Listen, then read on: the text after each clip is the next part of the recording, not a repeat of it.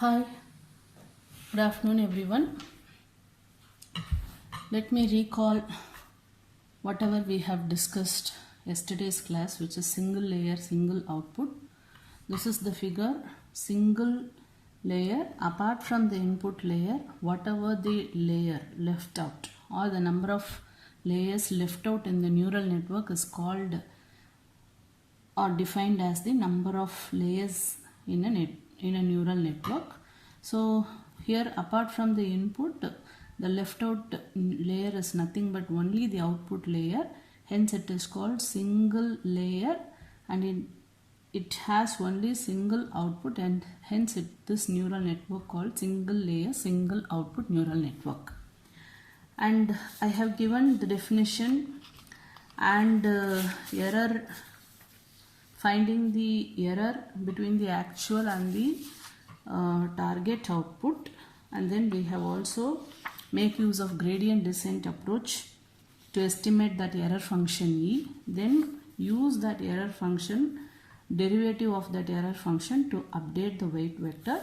So whatever we have given the updated weight vector, so these weight vectors is used to update the weight vector at every iteration until all the samples during training will be classified correctly. So at the end, what we have derived is the learning algorithm or weight updation rule goes something like this. Wi, where Wi is nothing but the weight between the input layer and the output layer. Wi0 is chosen something randomly. Wik plus 1, k plus 1th iteration, equal to Wik, the previous iteration, minus learning rate, eta times is learning rate, D, capital D is nothing but the actual output, minus D is the target output, into Xi, the number of components, feature component at that particular sample, one feature component which is Xi. So this weight updation rule we have to make use of to update the weight vector, and finally we have to choose the weight vector which gives the optimum classification boundary, or we can say that until all the classes are correctly classified. Now in today's lecture, let us continue the concept called single layer multiple output perceptron. So here the diagram shows that single layer, apart from input layer, the number of layers that is left out is the only one layer, which is nothing but the output layer. So it is called single layer. But how many number of outputs that we have? There is no more only one output. Instead there will be several outputs. So multiple outputs are there. Hence this neural network is also called as single layer, which is output layer, and multiple output at the output layer. Hence it is called single layer multiple output, SLMO, single layer multiple output perceptron.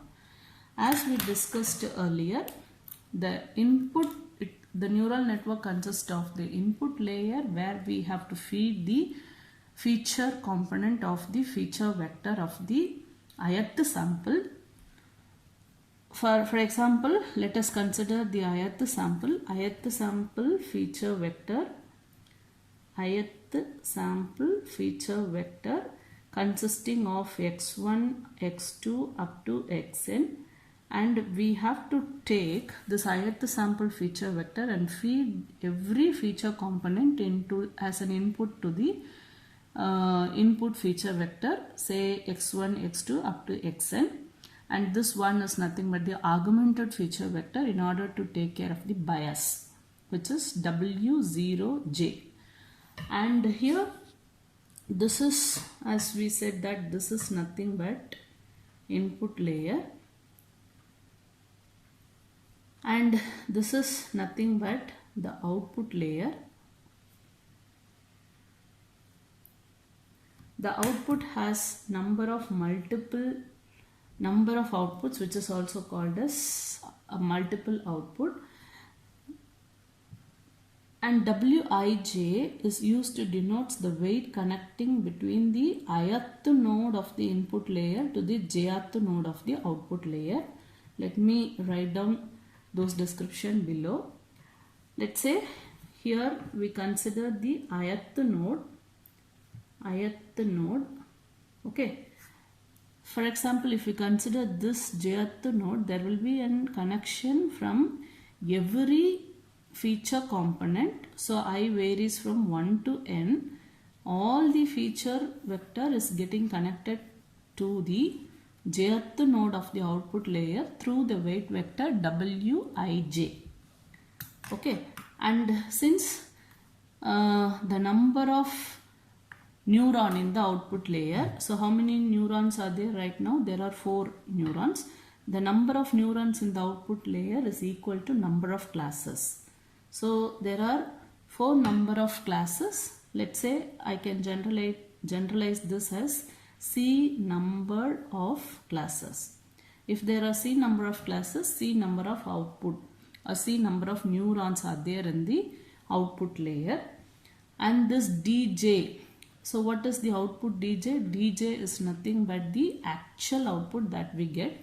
For example, let us consider what is the actual output of the jth node in the output layer, which is nothing but the linear combination of, so note down, every node, as I discussed yesterday, every node apart from the input layer has 2 components, which is nothing but the adder followed by a nonlinear function which is f. So similarly, every node other than the input layer does these 2 functions. So when we write what is the output, actual output that we may obtain at the jth node in the output layer goes something like this. So we take Wij, okay, for this jth neuron or jth node, how many weight connections are we connected? It goes as an input. For every feature component, there is a weight vector which connects to this jth neuron. So Wij, and then the input to this every neuron in the input layer, which is also denoted as Xi, and this varies from summation I 0 to n, where 0 includes the bias weight vector as well.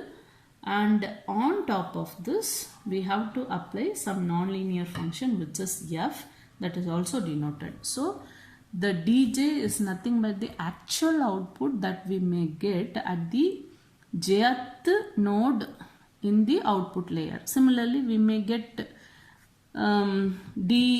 Dj, the same definitions can go over here, which is nothing but D1, D2, D3 and then D4. So for this D1, let me draw how for D2 components looks like this. So there will be a connection from here, here, from all the inputs, all the input nodes from the input layer to this second Dj, which is D2, okay, jth node in the output layer. So how many number of such J varies from 0 to 4, sorry, 1 to 4, D1, D2, D3 and then D4. So every Dj value can hold a mathematical expression of something like this. So this is the definition about the neural network consisting of single layer multiple output. Now given this type of architecture, we can go the way that we have defined yesterday, what is the error function and what is the weight updation rule. So the weight updation rule is essential in order to estimate the weight vector or the correct weight vector, so that for all the samples during training, it has to classify that every samples correctly during training algorithm or the learning algorithm. Okay, now let us define what are the notations that we are going to use.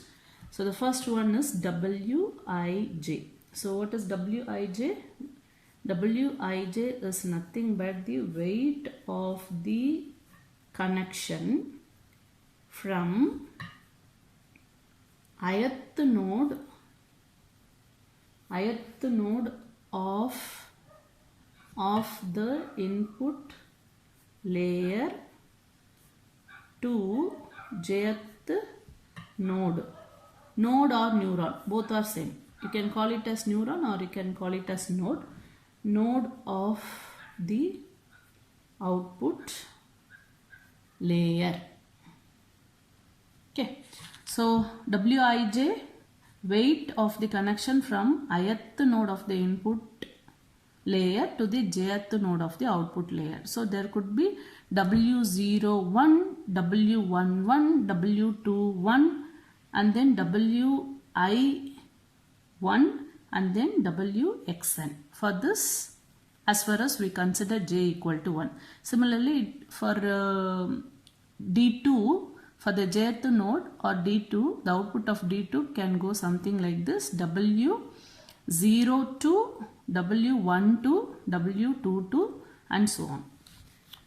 Now what is dj? The dj, or yesterday we have written yj, both are same. The dj is nothing but the jth node in the output layer, the jth node in the output layer, and so the dj is nothing but the jth node of the output layer, and it is given by, so already we have written the dj can go of something like this. So dj is nothing but summation of I equal to 0 to n. So we have defined here the same thing, Wij into xi, the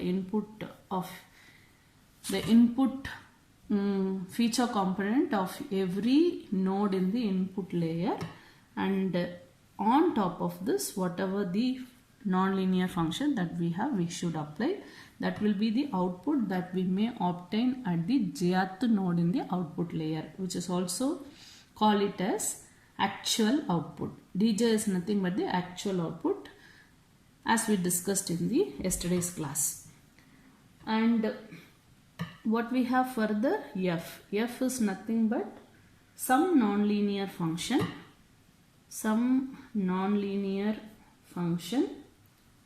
okay. Now here in this case what we have used is the hard threshold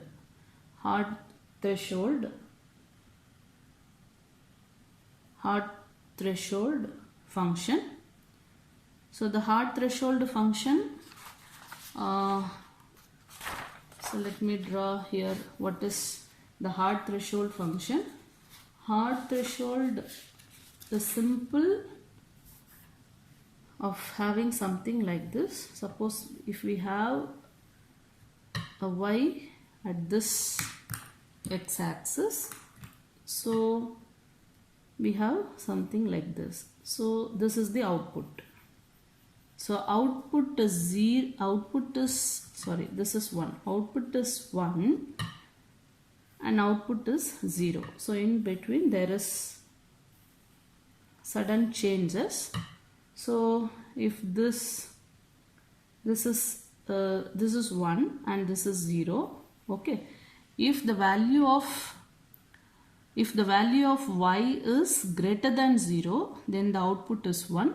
If the value of y is less than 0, the output will be 0. Okay. So this is the hard threshold. That's what we are going to apply at the output layer node. Hard threshold. So suppose if we obtain 0.5, if our threshold is 0.5, let's say 0.6, if our threshold is 0.5, then we are able to set this feature vector as 1. Otherwise it is 0. So that is the meaning of hard threshold, and the diagrams look something like this. Okay. And what we have to define, I have defined what is f, what is dj, and then what is wij, and then what is actual small dj. The small dj is nothing but expected output or target output. Target output that we know already. At the J here refers at the jth node of the output layer. Okay, so this is the actual output, which is dj.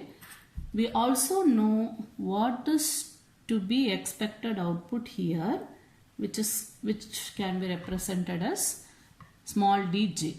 Okay, and the difference between the target output and the actual output is the error. As we have discussed in yesterday's class, the same way we are going to define for this single layer multiple output classes as well. Okay, now given these definition, let us go for how to calculate the error and how to update the weight vector. Now here I have shown only for a particular jth node connection from the input layer and this jth node in the output layer. Here is the complete picture of single layer multiple output. Here is the actual connection where every node in the input layer is connected to every other node in the next layer or the output layer, and the whole connection is given something like this.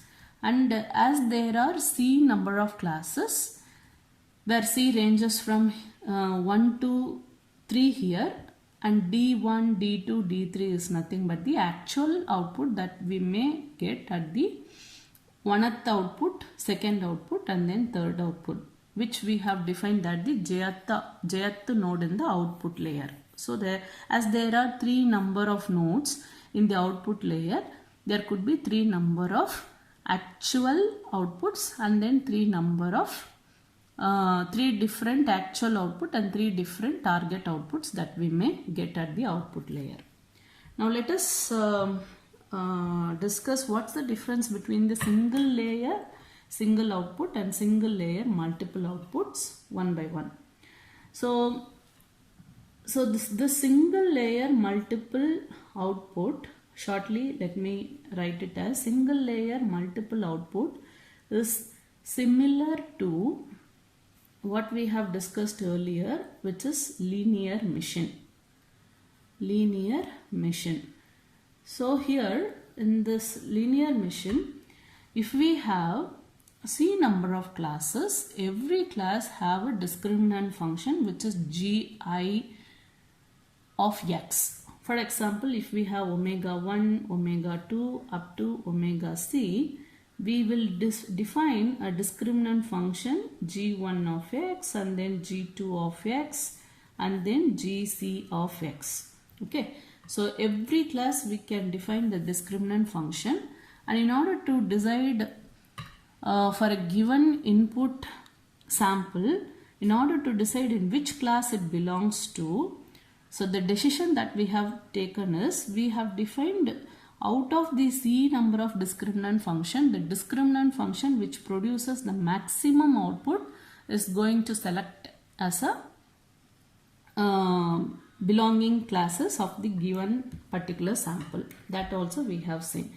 If there are C number of classes, we define the discriminant function for every class, and the decision of this given sample goes something like this. If gi of x is greater than gj of x, for all I is not equal to j, then we can classify the given unknown feature vector or unknown sample x to that particular class, which is omega I. Okay, so the same idea is going to extend for this single layer multiple output as well. Okay, so now what's the difference between single layer single output? So in case of single layer single output, as there is only one output, remember, as there is only one output at the output layer, the output that we may get is only one value. So the output is nothing but a scalar. It's a scalar value. So now let me recap what we have discussed. So look at this example. Single layer, single output. The number of output is nothing but only one, and it is the only value that it is produced. So which is nothing but a scalar value. So in case of single layer, single output, the output is nothing but a scalar. But in case of single layer, multiple output, as there are C number of classes, every jth component will produce the actual output, and every jth component we also have a target output. So there is no more single value, instead there will be a vector value. Vector that goes, every jth node of the output layer produces one value, and put all together what we form is nothing but the output is nothing but a scalar, instead it is a vector. This is another difference. In case of single layer multiple output, the output that we obtained is nothing but is a vector of the form. So what is the vector? We may have some value, okay, so some value for, if there are C number of classes, and then there will be C number of neuron, let's say D1, D2 up to DC, where C is nothing but the number of classes, and D1, D2, D3 are nothing but the actual output that may be produced at the jth node of the output layer in case of single layer multiple output. So this is a major difference between the single layer, single output, and single layer multiple output. Given this feature vector, we have to estimate the error. Okay. Before that, so if this is the feature vector, let's say, suppose the sample that we have taken, okay, during training, we know what is the sample. Let's say the sample that we have taken belongs to the third class, or it belongs to the third classes, which is WC, okay, which is this one. This belongs to omega 1, this belongs to omega 2, and this belongs to omega 3. The sample that we have taken belongs to omega 3. Then the output that we may expect is the corresponding output vector. The third component of the output vector has to be set 1. The rest of the feature vector has to be 0. So it should go something like this. Suppose omega 1, there are 3 classes, omega 1 and then omega 2. Suppose the sample, because it is a supervised learning, I know the sample during training in which class it belongs to. Now let us consider, I have taken the sample which belongs to the third class, which is omega 3. The output that I am going to expect, or the target value or the expected value, should go something like this. So it is the probability value that it may produce the exact feature vector that I am going to expect is 0, 0, 1. Suppose instead of this feature vector, the actual output that is produced during training, because of selection of improper weight vector, let us have, we have produced at the initial stage or the first iteration is something like this, 0.2, 0.4, 0.6. Then the difference between this target output or the expected output and the actual output, which is dj. What is it? Dj is nothing but this j. What I can write is that only d. D is the vector output of target vector output, and then capital D is nothing but the actual output, where j refers that every component in that vector. Okay. So d1, d2, d3. Similarly, small d1, d2, d3. The difference between the expected output and the actual output, or the actual output and the expected output, is nothing but an error. Now we have to set up this error during training, and the idea is same as what we have discussed yesterday. We want to minimize this error as much as possible. Okay. So the same concept. After defining this feature vector, now let me write what is the error function E. Okay. So now let E be the error, and it can be defined as, so what is the error? E be the error at the jth node in the output layer. So where the error can occur? Not at the input layer, because we are just giving an input. The node at the input layer simply passes that signal to the next layer. So the error that may occur only at the output layer, because we know the target output of the output layers only, not at the input layer. So the error can occur, let E be the error at jth node in the output layer. So the error can occur at the jth node of the output layer only. Okay, given this, I can define the error function E as, what is the actual output at the jth node? Dj, and the expected output is small dj.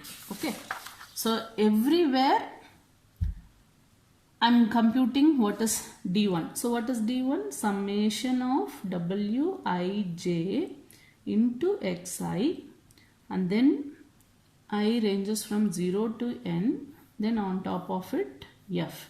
So similarly we can compute for d2 and then d3. Okay, this is the actual output. So for d1 I am going to compute something like this, d2 we have as well as d3 we have. Okay, so that error function is given as E, the actual output that we may obtain, and the expected output. The expected output that we know, in this case the example I have given, the expected output that something I am expecting is of 0, 0, 1. Instead of 0, 0, 1, if I am getting something other than 0, 0, 1, then this initial weight vector produces some error. So I have to update this weight vector for the next iteration until all the samples are correctly classified. Okay, so I have defined the error as dj and then small dj. Dj is nothing but the actual output, and this is nothing but the target or expected output. Okay, and note down, this is nothing but for the kth sample. If you consider one sample out of n number of sample, for particular sample this is the error that we have incorporated. Okay, so having this, we can define the error function. We can define the error function E, capital E, as, so let E will be 1 by 2 summation of dj minus d small dj square. Okay, so sum of square error, but how many number of nodes in the output layer? We are expecting this feature vector. How many such feature vector are there?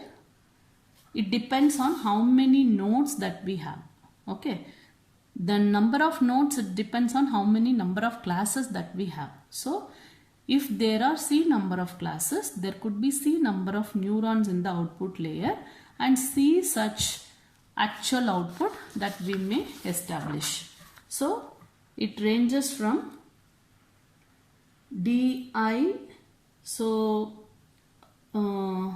it ranges from C. So there will be C number of outputs. Okay, this J ranges from C times J equal to 1 to C. Okay, J equal to 1 to C number of classes. So given this, the number of, so what is this C? The number of nodes in the output layer, as there are C number of classes. And then what is this dj? actual output at the jth neuron. What is this dj? Which is nothing but the expected output at the jth node of the output layer. So all we have defined. So the error function E can go something like this, which is nothing but the sum of squared error at every jth neuron of the output layer. Given this as before, we have to apply the gradient descent procedure to minimize this error function E. For that, we have to take a derivative of this error function E, dou E by dou, what is the parameter? Wij. Note down, yesterday there will be Wi. There is no j component because only one output is there at the output layer. Because, there will be only one neuron or one node at the output layer. So given this, I can get as we did in yesterday's thing. Okay, let me do again. 2 into 2 summation of j equal to 1 to c dj minus dj dou by dou wij of dj minus dj. Okay, so now this gets cancelled. Now what I may have is dj minus dj. Since this is the target output and it is fixed, also it is independent of the weight vector wij, we take only this capital dj, where this capital dj is defined as like this, wij into xi. So now let me replace that, dj minus dj into dou by dou wij summation of wij into xi, where I ranges from 0 to n. So this we have taken from this earlier definition. So when you take a derivative with respect to wj, what we left is only xi. Okay, so this is same as yesterday's derivation, dj minus small dj into xi. So this is the derivative of the error function, which is dependent on the weight vector as a function of weight vector, which is wij.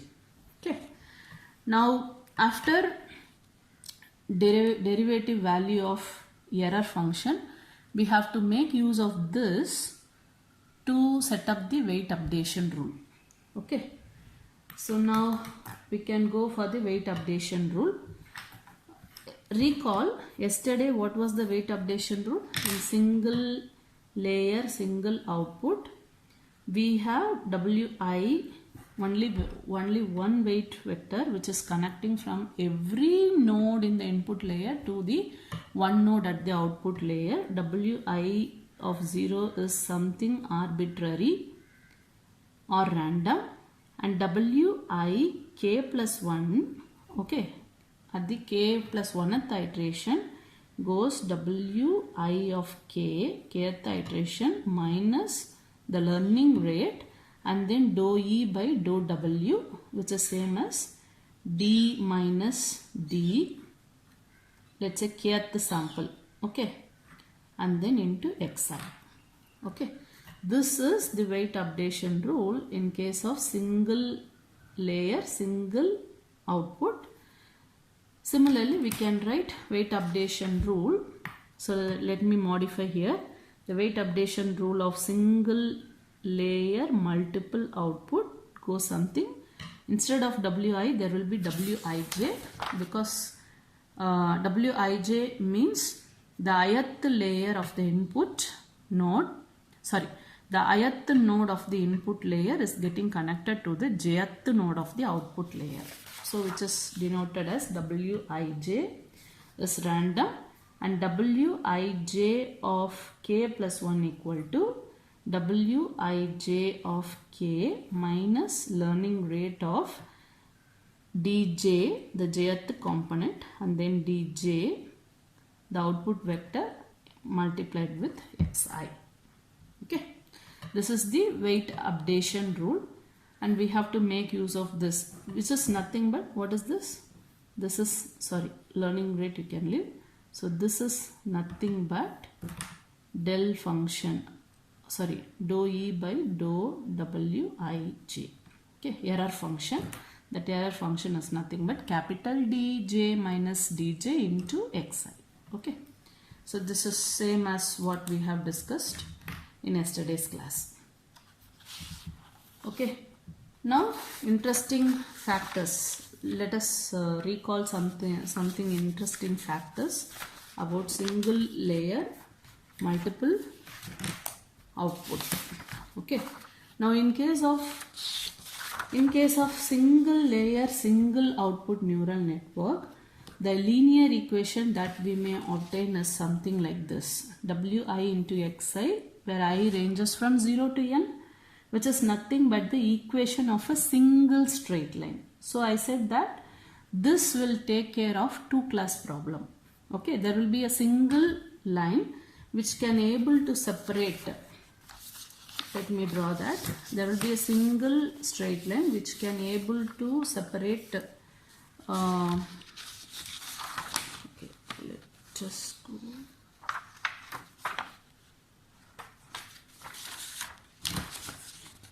Okay, there will be a single straight line which can able to classify the two-class problem in case of single output. Okay, but in case of single layer multiple output, as we have discussed in the beginning class of the neural network, okay, every jth node will define a linear equation. So how many such linear equations are there? It depends on the number of classes. So every classes will define one linear equation of the form Wij into Xj, which is same as every class is having the discriminant function. Okay, if there are C number of classes, it may have C number of such linear equation or C number of such straight lines we have. So there are three number of linear equations. So it goes something like this. If there are three classes, we may have one straight line go something like this, we have another straight line something like this, and then three such straight lines may have. Okay, but the decision, so we will have three such straight line, but the decision or the classification rule is that every class have the discriminant function. So similarly every jth node have the actual output. Okay, after properly updating all the weight vectors for the given sample, which jth node produces the maximum output, then that particular sample decides to go to that particular class. So, okay, the same as we discussed in the linear machine. Suppose D1 is having the highest value, then it will decide the given sample goes to the second class. So this is one. So in case of single layer multiple output, it is having a collection of such straight line which is going to discriminate from one class to another class. And another interesting fact is that, note down, in both the single layer single output. So let me write down, in both the cases whatever we have discussed, this is so important. So we have discussed single layer single output, as well as we have discussed single layer multiple output. In both the cases, each of them gives a linear equation which is of the form of discriminant function, and then for single layer single output and then single layer multiple output, so how many number of linear equations? Straight lines. So there will be only one straight lines are there, and then there will be a C number of straight lines or the linear equations able to produce. So both these classes assumes that the classes are linearly separable. Okay, so it produces the linear equation in the form of straight line. Okay, if the classes are linearly separable, that straight line which actually classify the two class problem or more than two number of class problem. For if there are c number of classes, and then it will able to generate c number of such a single straight line. So both the single layer, single output, single layer, multiple output assumes that it works under the assumption that the classes are linearly separable. But what is the solution if the classes are non-linearly separable? Okay, if the classes are non-linearly separable, whether these classes, these neural networks can able to solve this non-linearly problem? No. Okay, so then this single layer, single output, and then single layer, multiple output is not sufficient. Okay, is not sufficient to solve for non-linearly separable cases. In that case, we have to go for multiple layers. We have to go for multiple layers in the neural network. Okay, so when we go for multiple layers in the neural network, what we get is the non-linear boundary is actually broken into collection of linear pieces. So this I have given in the introduction. So if there is for two class problem, if the non-linear decision boundary is something looks like this, which is so complicated. So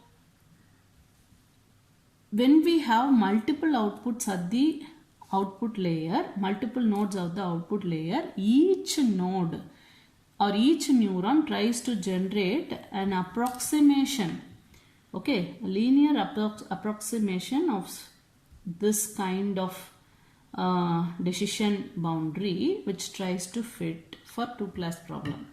If there are c number of classes, it tries to fit that c number of classes, it tries to fit this so complicated non-linear decision boundary.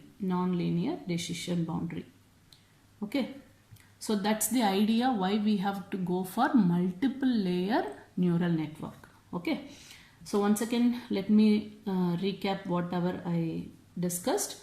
Single layer, single output, single layer, multiple output works under the assumption that the classes are linearly separable. Okay, when the classes are non-linearly separable and have the non-linear decision boundary of something very complex like this, then it is better to go for multiple layers in the neural network. The moment we go for multiple layer in the neural network, then it is called as multiple or multi-layer perceptron, which tries to solve the problem for non-linear separable cases. Also, it can handle the complex non-linear decision boundary. Shortly, multi-layer perceptron can also denote it as MLP. Okay, so with this, I stop today's lecture. Now let us discuss what is MLP and how the neural network looks for multi-layer perceptron in the next classes. Thank you.